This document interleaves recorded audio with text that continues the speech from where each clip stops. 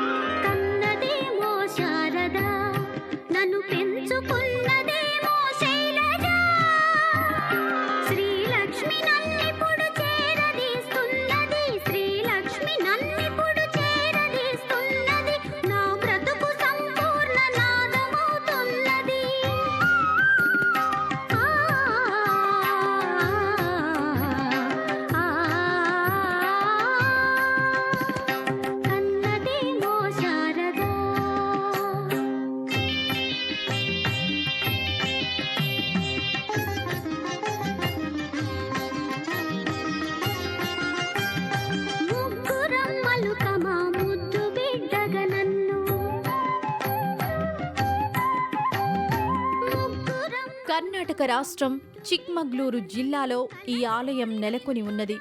ఆలయం సుమారు 15 సంవత్సరాల క్రితం పునరుద్ధరణ కావింపబడినది. అమ్మవారు స్వయంభుగా వెలిసిందని, ఒక శిలపై వెలిసినందున చింతామణి సరస్వతిగా పూజలందుకుంటున్నది.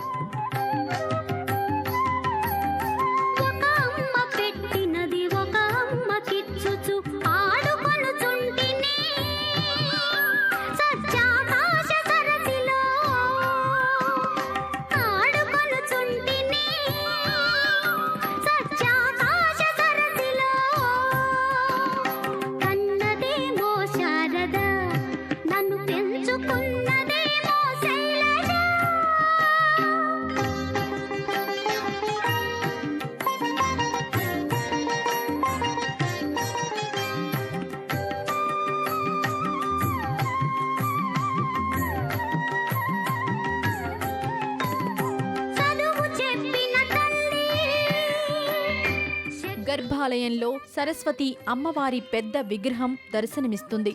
అమ్మవారు వీణ లేకుండా దర్శనమివ్వడం ప్రత్యేకత. ప్రతి శుక్రవారం విశేష పూజలు, అభిషేకం, అర్చనలతో. అమ్మా, అలాంటి వాళ్ళది నిజమైన ప్రేమ కాదు, అది వ్యామోహం.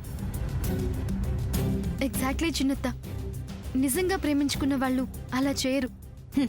ఎంత మనసు విరిగిపోతే కన్న కూతుర్ని పట్టుకొని మా దృష్టిలో చచ్చిపోయా ఉంటుందా తల్లి? అది సరే అమ్మా, తన కూతురుతో తన మాట అనేటప్పుడు ఆమె మాటల్లో వ్యథ, కళ్ళల్లో బాధ గమనించావమ్మా? పెద్దబాబుకు బర్త్డే విషెస్ చెప్పు కూడా వెళ్ళాం కదా. ఊరికే ఎలా కాలిపోతుంది? మంట పెడితేనో పడితేనో తగలబడుతుంది.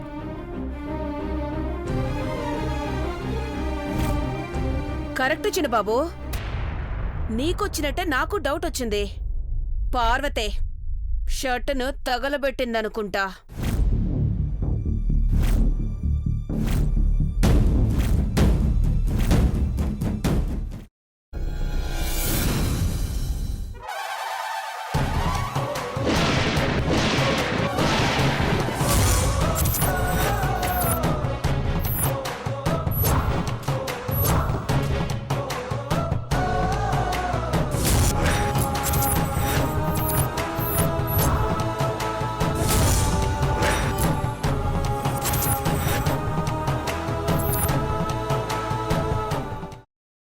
తర్వాత పొట్టు తీసేసి చాప్ చేసి పక్కన పెట్టుకోవాలి.